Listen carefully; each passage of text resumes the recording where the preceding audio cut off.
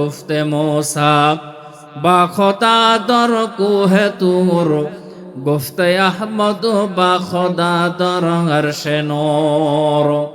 হযরতে মূসা আলাইহিস সালাতু ওয়াস সালাম আল্লাহ রাব্বুল আলামিনের সঙ্গে কথা বলার জন্য তুর পাহাড়ে যায়।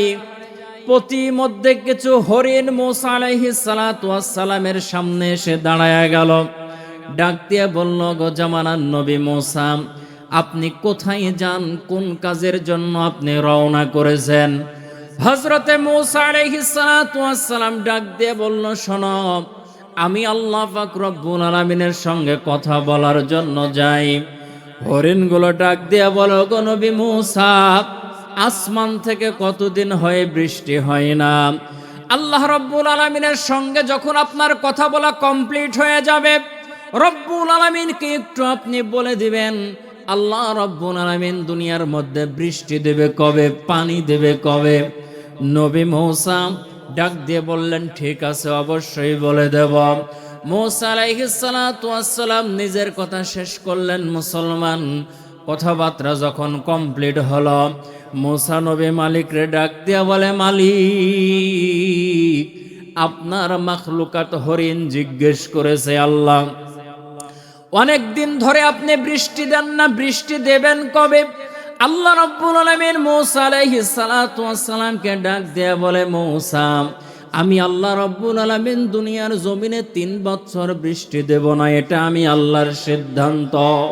মূসা আলাইহিস সালাতু ওয়াস সালাম আল্লাহর সঙ্গে কথাবার্তা কমপ্লিট করে আবার যখন নিজের গন্তব্যস্থলের দিকে রওনা করলেন, প্রতিমধ্যে আমার ভাইরা সেই সমস্ত হরিণগুলো আবার দাঁড়ায় গেল।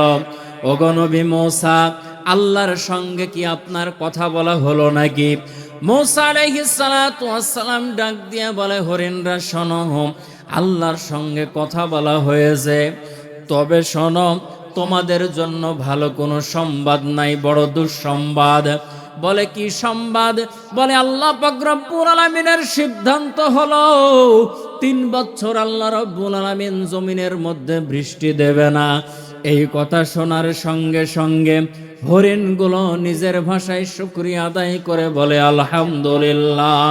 আল্লাহ পাক রব্বুল আলামিনের দরবারে যখন শুকরিয়া আদায় করল, মূসা নবী ডাক দেয়া বলে, হরিণ রে, 3 বছর বুঝো নাকি 365 দিনে একটা বছর হয়?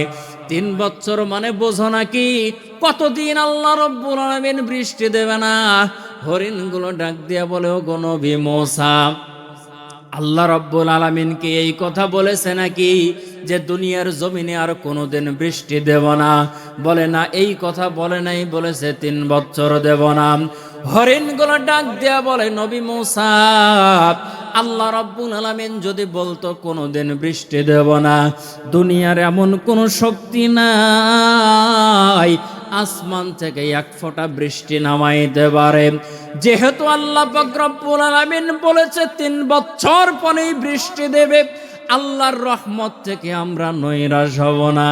আল্লাহ বলেন, কুলিয়া ইবাদিয়াল্লাযীনা আসরাফু আলা আনফুসিহিম লা তাকনাতু মির রাহমাতিল্লাহ ইন্নাল্লাহা ইয়াগফিরুয যুনুবা জামিআ ইন্নাহু হুয়াল গফুরুর রহিম।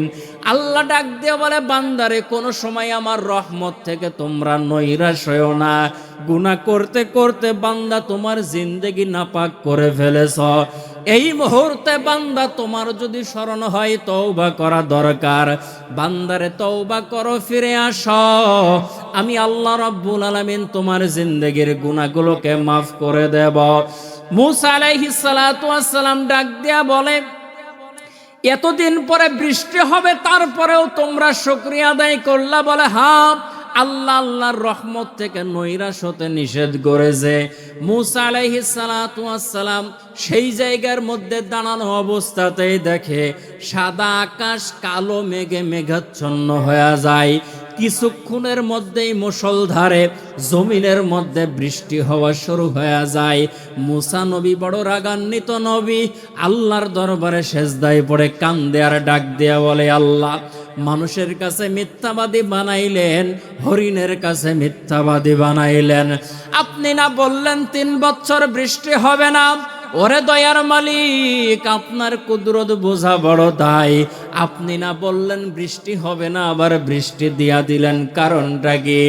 আল্লাহ ডাক দিয়া বলে, মুসা,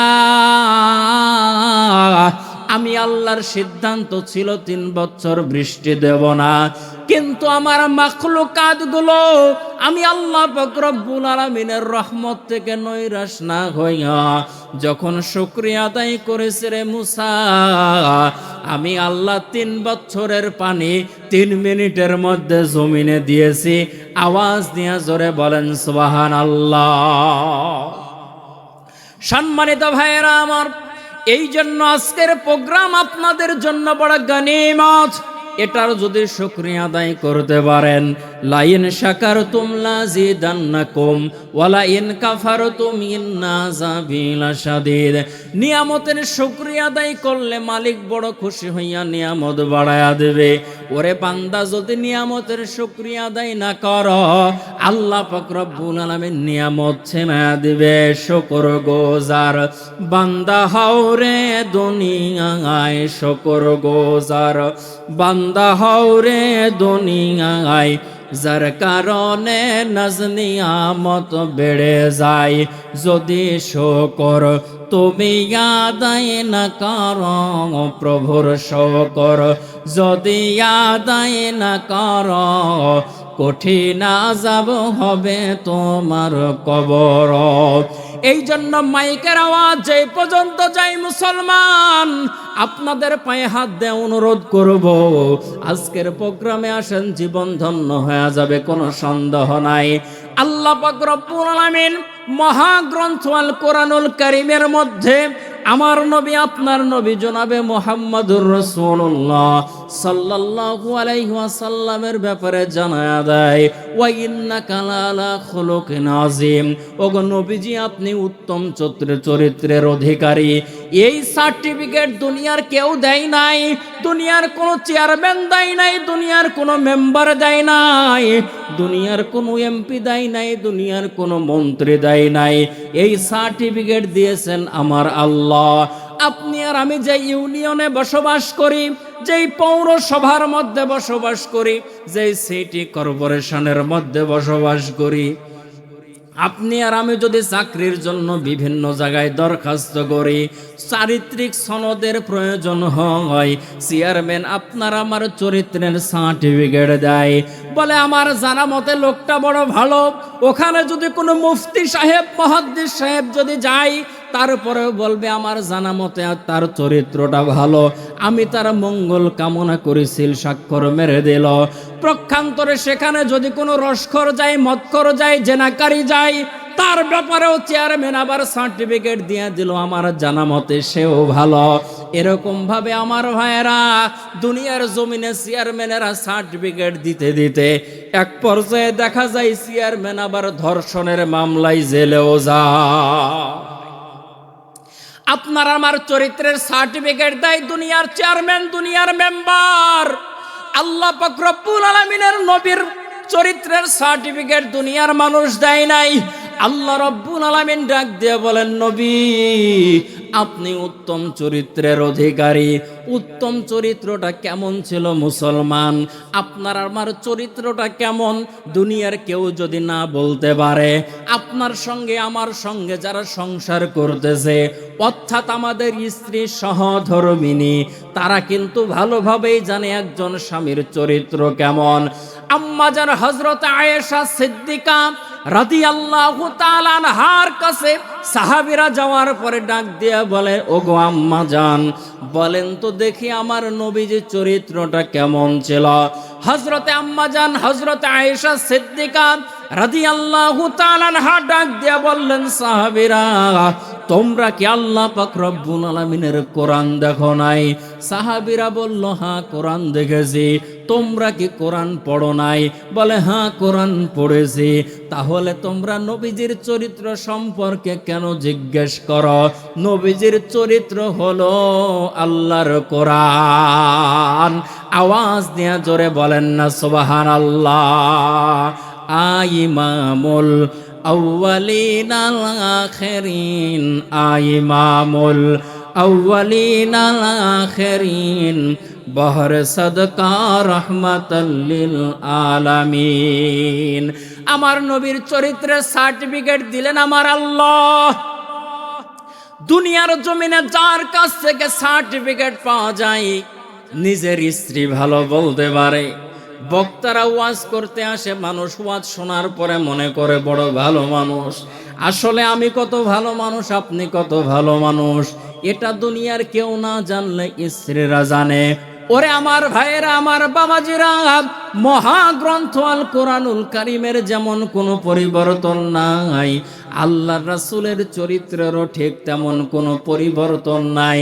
আল্লাহ পাক রব্বুল আলামিনের হাবিবের বৈশিষ্ট্য কেমন ছিল, নবীজির চরিত্র কেমন ছিল, বড় বড় কাফেরেরা আল্লাহর রাসূলকে হত্যা করার জন্য এসেছে মুসলমান, নবীজির চেহারা দেখার পরে, নবীজির ব্যবহার দেখে কালেমা পড়ে মুসলমান হয়ে গেছে।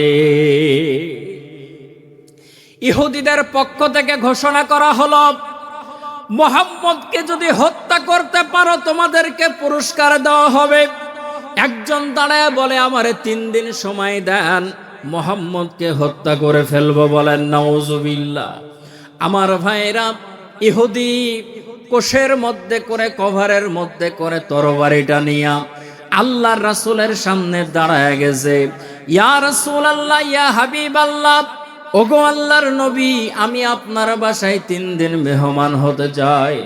আল্লাহর নবী মেহমান বড় ভালোবাসতেন, বড় মহাব্বত করতেন।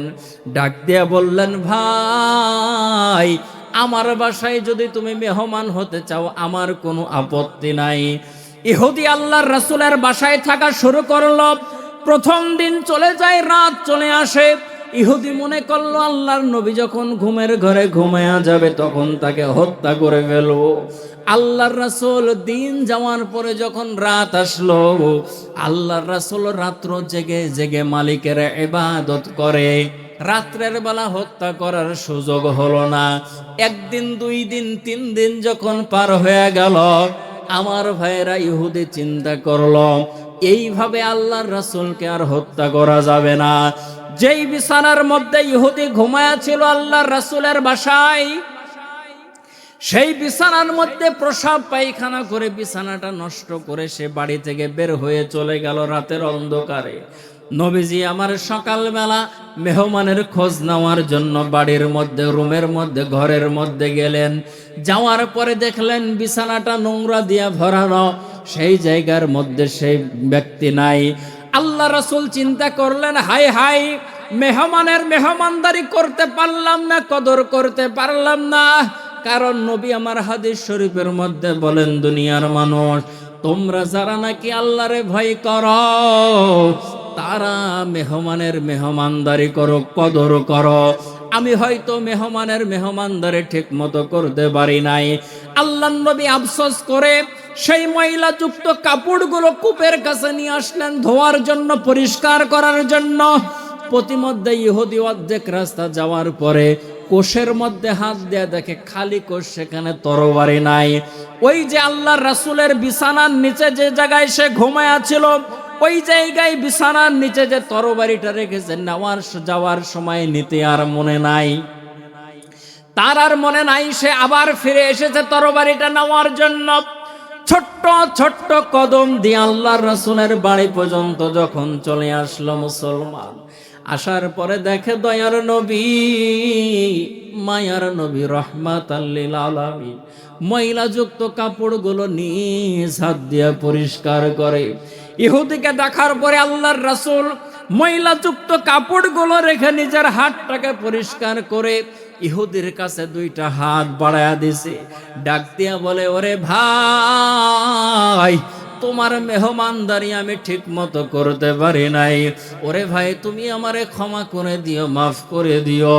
তুমি যদি আল্লাহর আদালতে বলো আমি আপনার নবীর বাসায় মেহমান হয়েছিলাম, আমার ঠিক মতো কদর করে নাই, মালিকের দরবারে আমি কি জবাব দেব?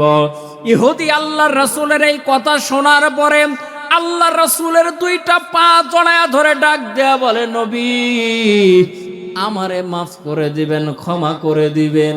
কেন রে ইহুদি ভাই, আমার কাছে তুমি কেন মাপ চাও?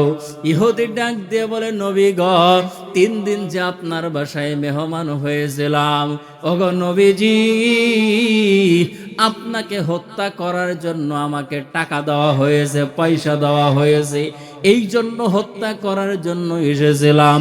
হত্যা করতে যখন ব্যর্থ হলাম, আপনার বিছানা নাপাক করে দিয়ে চলে গেলাম।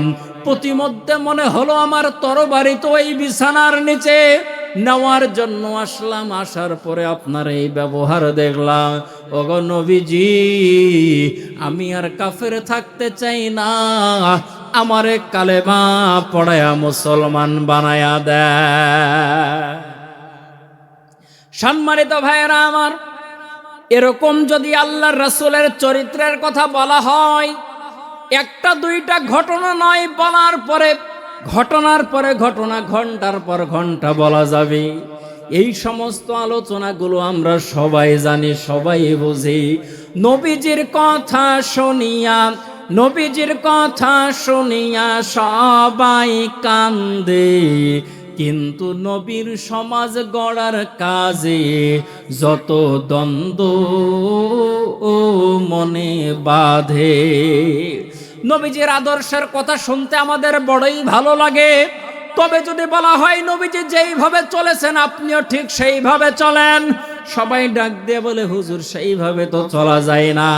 আচ্ছা একটু মিলায়া দেখেন তো, অল্প সময় আপনাদেরকে বলি, একটু মিলায়া দেখেন তো, দেখি নবীজির জীবন থেকে কয়েকটা আমল করা যায় কিনা। আমার ভাইয়েরা, আমার বাবাজিরা, আল্লাহর রাসূলকে জীবনে কেউ কোনোদিন আগে সালাম দিতে পারে নাই। আল্লাহ রাসূল বলেন, আফসুস সালাম, তোমরা সালাম প্রচার করো, ছোট হোক বড় হোক, আল্লাহ রাসূল আগে সবার প্রথম আগে সালাম দিয়েছেন। আজকে আমাদের সমাজের মধ্যে সালামের প্রথা নাই। ছেলেকে যদি বলা হয়, বাবা তুমি কি তোমার বাবারে সালাম দাও নাকি, ছেলে মুস্কি হাসি দিয়া বলে, হুজুর আব্বাকে কি সালাম দেওয়া যায় নাকি, লজ্জা লাগে। ওরে মুসলমান, অল্প সময়ের মধ্যে এর থেকে, সালামের থেকে শ্রেষ্ঠ দোয়া আর হতে পারে না। সালাম দেই মসজিদের ইমামকে, সালাম দেই মসজিদের মুয়াজ্জিনকে, সালাম দেই মাদ্রাসার প্রিন্সিপালকে, সালাম দেই মাদ্রাসার মুহতামিমকে। সালামের মধ্যে কি বলি? আসসালামু আলাইকুম ওয়া রাহমাতুল্লাহ, আল্লাহর পক্ষ থেকে আল্লাহর শান্তি, রহমত, বরকত আপনার উপরে নাজিল হোক, বর্ষিত হোক।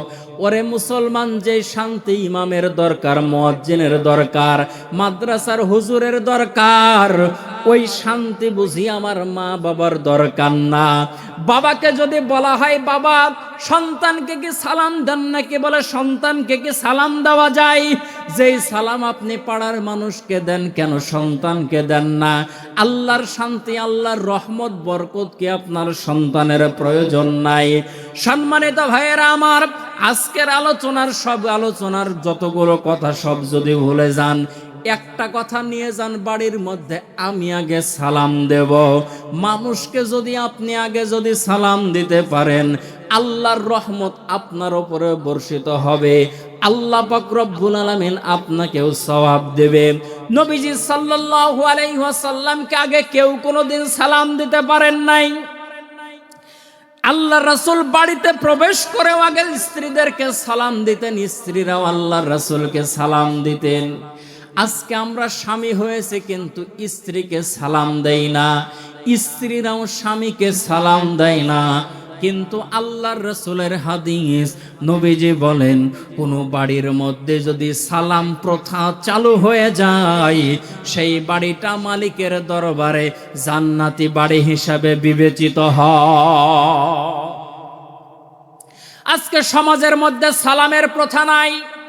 সালাম দিলে কতটা সওয়াব, কতটা নাকি জান্নাতে, কতটা মর্যাদা, একটা যদি দৃষ্টান্ত দেই তাহলে বুঝতে পারবেন।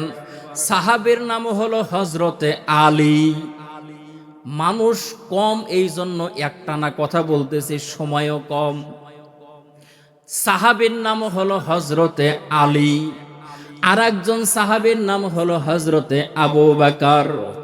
হযরতে আবু বকর রাদিয়াল্লাহু তাআলা আনহুর সঙ্গে হযরতে আলীর যতবার সালাম দেখা হয়, যতবার কথা হয়, হযরতে আলী হযরতে আবু বকরকে আগে আগে সালাম দেয়। কিন্তু হযরতে আলী রাদিয়াল্লাহু তাআলা আনহু একদিন রাত্রের বেলা স্বপ্নে দেখে মুসলমান, হযরতে আলী রাদিয়াল্লাহু তাআলা আনহু স্বপ্নে দেখে আল্লাহ পাক রব্বুল আলামিনের জান্নাত সে ভ্রমণ করতেছে। বলেন সুবহানাল্লাহ। আমরা স্বপ্নে দেখি কত না কিছু স্বপ্নে দেখি, কিন্তু স্বপ্নের কিছু ভাগ আছে। কিছু স্বপ্ন আসে আল্লাহর পক্ষ থেকে, আবার কিছু স্বপ্ন হয় শয়তানের পক্ষ থেকে, আর কিছু স্বপ্ন আছে আমরা সারাদিন যেটা ভাবি সেটা আমরা স্বপ্নের মধ্যে দেখি। হযরতে আলী স্বপ্নের মধ্যে দেখে সে জান্নাত ভ্রমণ করতেছে। জান্নাত ভ্রমণ করতে করতে দেখলো বিশাল বড় জান্নাতের মধ্যে এক সিংহাসন। ফেরেশতাদেরকে জিজ্ঞেস করে, ভাই এই সিংহাসনটা কিসের জন্য? সিংহাসন কে পাবে? ফেরেশতারা ডাক দিয়ে বলে, ওগো আলী শোনেন, দুনিয়ার মধ্যে যে আগে যাকে সালাম দিবে আল্লাহ পাক রব্বুল আলামিন তাকে এই সিংহাসনটা দান করবে। বলেন সুবহানাল্লাহ। হযরতে আলী রাদিয়াল্লাহু তাআলার সঙ্গে হযরতে আবু বকরের দেখা হয়, কিন্তু আগে আগে সালাম দেয়, কিন্তু পরের দিন দেখা হলো আগে সালাম দিল না। আল্লাহর রাসূলের কাছে যাওয়ার পরে হযরতে আবু বকর নালিশ দিল, ইয়া রাসূলুল্লাহ, মনের মধ্যে কোনো দুঃখ নাই, কোনো কষ্ট নাই, কোনো আফসোস নাই, কিন্তু আমারে আগে সালাম দিল না কেন? আমার দ্বারা কি হযরতে আলী কোনো কষ্ট পেল নাকি? হযরতে আলী আল্লাহর রাসূলের কাছে আসলো। আল্লাহর রাসূল ডাক দিয়ে বলেন, আলী, আবু বকরের সঙ্গে কি তোমার দেখা হয়েছিল নাকি? বলে, হ্যাঁ দেখা হয়েছে। সালাম দিয়েছিলে নাকি? বলে, দেই নাই। কেন?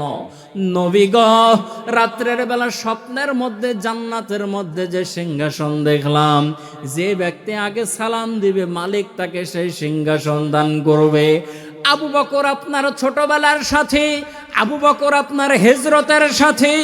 আপনি নাই বলে, আপনি না বলেছেন সারা পৃথিবীর সমস্ত উম্মতের নেক আমল যদি এক জায়গায় করা হয় আবু বকরের নেক আমলের সমান হবে না।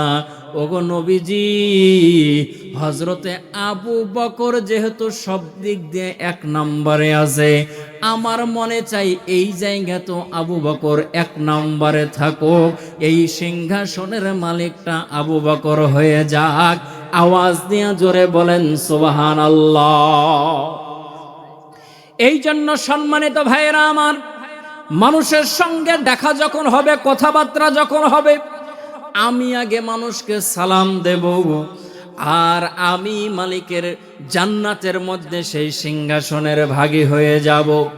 যদি ছোট মানুষ যদি বড়দেরকে সালাম না দেয়, বড়রা ধমক দেয়, বেদব, আদব কায়দা জানে না, সালাম দেয় না। এ মুসলমান, ধমক দেওয়ার কোনো প্রয়োজন নাই। ছোটদেরকে আপনি একদিন, 2 দিন, 3 দিন সালাম দেন, চতুর্থ দিন পরে দেখবেন তাকে আর আপনার সালাম দেওয়ার প্রয়োজন নাই। চতুর্থ দিনের মাথায় দেখবেন সেই আপনাকে আগে সালাম দিয়া দিবে। আর একটা আমল বলি, আল্লাহ রাসূলের শীতকালীন আমলের মধ্যে এই আমলটা মানুষ আছে আমাদের সমাজের মধ্যে, তাদেরকে যদি বলা হয় তাহাজ্জুদের নামাজ কি, তাহাজ্জুদের নামাজ বুঝে না।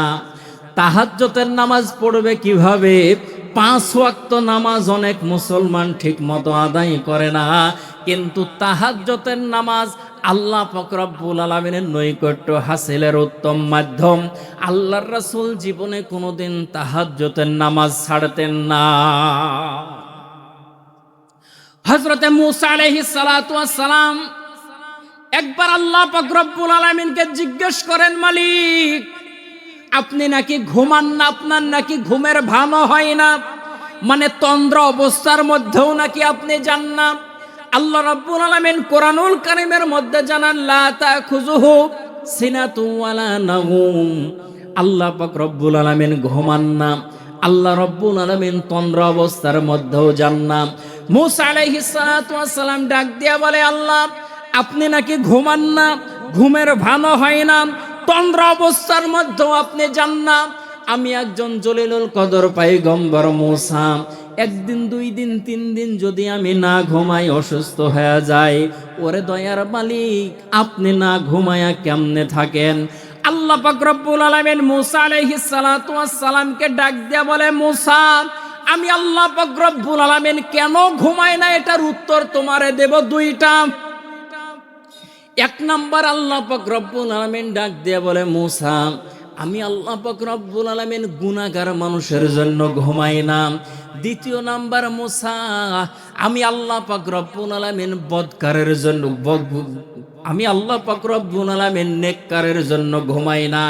এক নাম্বার বদকারের জন্য ঘুমাই না, দুই নাম্বার বদকারের জন্য ঘুমাই না। মূসা আলাইহিস সালাতু ওয়াস সালাম বলেন, আল্লাহ বদকারের জন্য কেন ঘুমান না, আর নেককারের জন্য কেন ঘুমান না?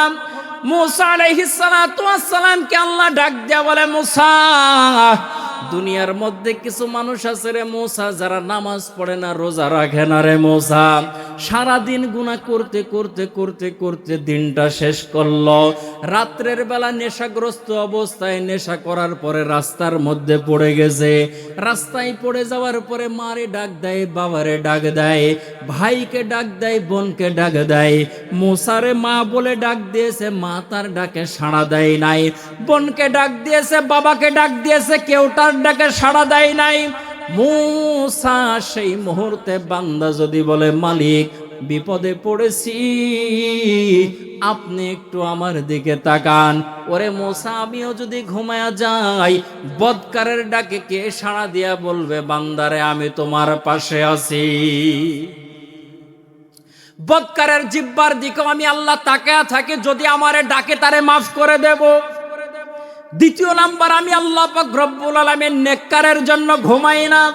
কারণ মূসা দুনিয়ার মধ্যে কিছু মানুষ আছে, একে চশমে জাদান গাফেলাজা, একে চশমে জাদান গাফেলাজা শাহানবাসী শায়দ কেনে গামি কোনাদা গানবাসী। মূসারে রাত্র যখন হয়ে যায়, নরম বিছানা তার ভালো লাগে না, বিবি তার ভালো লাগে না, আরামের বিছানা ভালো লাগে না। সে ওযুর আদার বিজু দাস্তান ওযু কোন মুসাল্লারা জমি দাস্তাস নামাজ কোন। সে ঠান্ডা পানি দিয়ে ওযু বানায়া যাই নামাজটা জমিনের মধ্যে বিছায়া, মালিকের কুদরতের কদমের মধ্যে সেজদা দিয়া জমিনের মধ্যে কপালটা লাগায়া বলে, সুবহানা রব্বিয়াল আলা। মূসারে যখন বলবে সুবহানা রব্বিয়াল আলা, আমি আল্লাহ পাক রব্বুল আলামিন নাকি পবিত্র। বান্দা বলবে আমি আল্লাহ পবিত্র, আর আমি আল্লাহ যদি ঘুমায়া থাকি, বান্দাকে কে ডাক দেয়া বলবে, বান্দারে তুমি যেহেতু বলেছো আমি আল্লাহ পবিত্র, আমি আল্লাহ তোমার জিন্দেগির গুনাহগুলো মাফ করে তোমারেও বানায়া দিলাম পবিত্র। সম্মানিত ভাইয়েরা আমার, এই জন্য তাহাজ্জুদের নামাজ অনেক বড় জরুরি। আল্লাহর রাসূল ছাড়েন নাই। মূসা আলাইহিস সালাতু ওয়াস সালামকে আল্লাহ ডাক দিয়ে বলে, মূসা তোমারে আমি আরো একটা কথা বলি। বলে কি? হাতের মধ্যে এক গ্লাস তুমি পানি নাও রে মূসা। মূসা নবী এক গ্লাস যখন পানি নেয়, আল্লাহ বলে, মূসা আমি আল্লাহ যখন চাইবো তোমার কাছে তখন তুমি পানিটা দিবা। মূসা নবী নিয়ে দাঁড়ায় আছে। আপনাদের বোঝার জন্য বলি আমার ভাইয়েরা সংক্ষেপে, সকাল একরকম ভাবে সন্ধ্যা 7টার সময় গ্লাসটা নিয়ে দাঁড়ায় গেল।